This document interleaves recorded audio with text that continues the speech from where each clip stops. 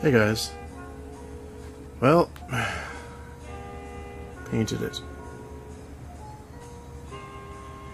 The front part that's unpainted will be covered with, let me just jump in the van here.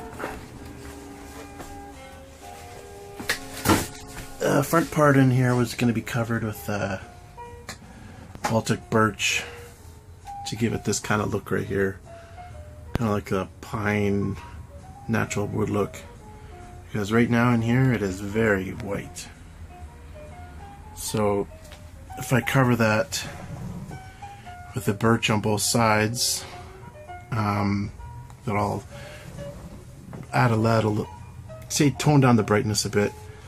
And the door, I've got some gloss paint, blue, dark blue paint. I'm going to paint the door blue because I don't want to paint it white because it's going to be getting dirty, you know, constantly touching it and stuff. So that's that angle. I'm checking a bunch of junk out of here. Most of the stuff is, once I build part of the structure to hold the water container and the sink, I'll get rid of a lot of this wood.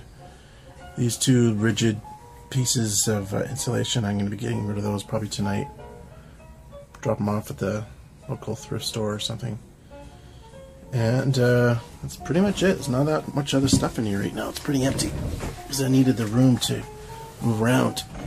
So nothing more irritating than having your hands covered in paint and then touching things and getting it dirty and stuff. So I just got rid of a lot of it before I even started. So it's a lot brighter in here, which I like.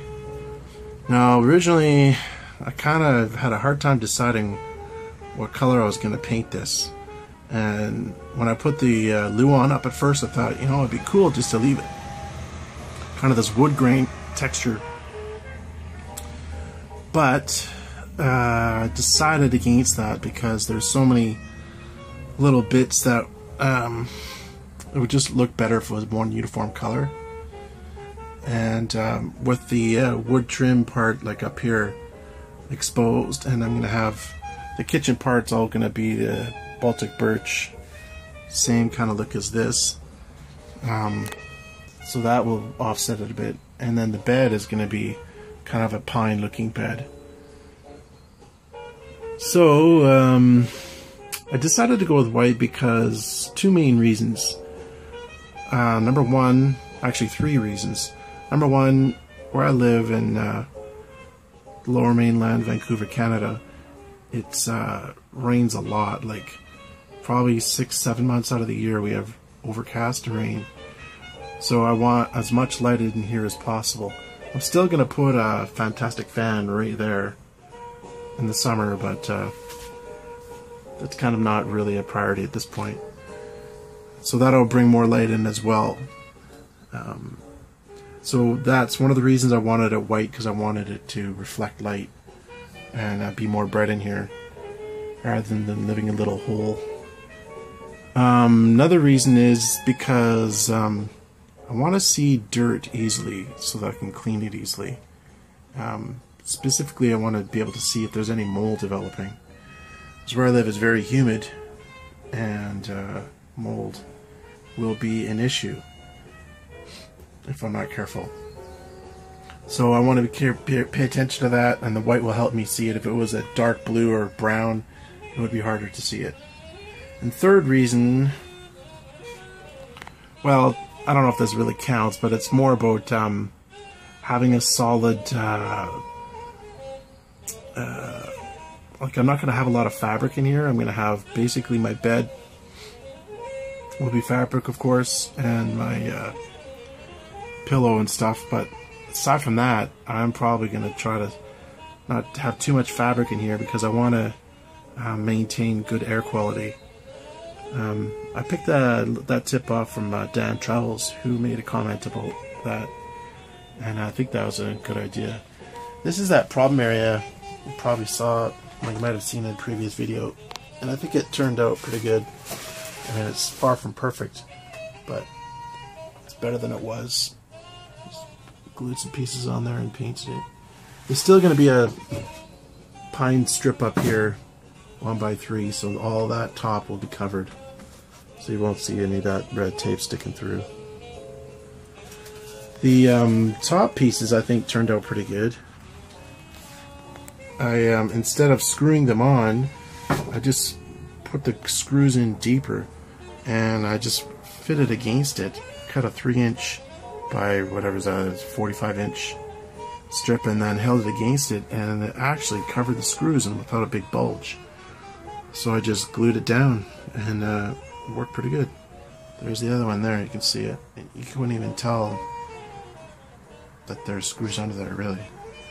So, and then this one, I didn't do it. I just left it because I thought it was pretty good already, and the door gets really close to touching the roof. I can already, I'm gonna get a mark. You can see it already. I just painted this today, so I have to figure out a way to stop that. I might have to trim the door down a bit because I don't see any other way of stopping that. So that's on the list of things to do. Eventually I'm gonna have some stuff behind here, so that might keep the door from opening, but it's gonna open at least that much. And it's got to open more than what it's opening now, so I'll have to adjust that. Anyway, I had the day off today because we're having today's Victoria Day in Canada, celebration of Queen Victoria's birthday. So I had the day off all day, and I've been in here since noon painting, and now it's probably close to 9 o'clock. So that's how long it took. And that includes prep and a bunch of other stuff too. And I had to buy the paint and all that. So, but I'm pretty much, I mean, it's not perfect. It's not a perfect paint job, but I'm gonna call it good and move on so that I can stay on my schedule of moving out in about 5 to 6 weeks. I'll be moving in here permanently.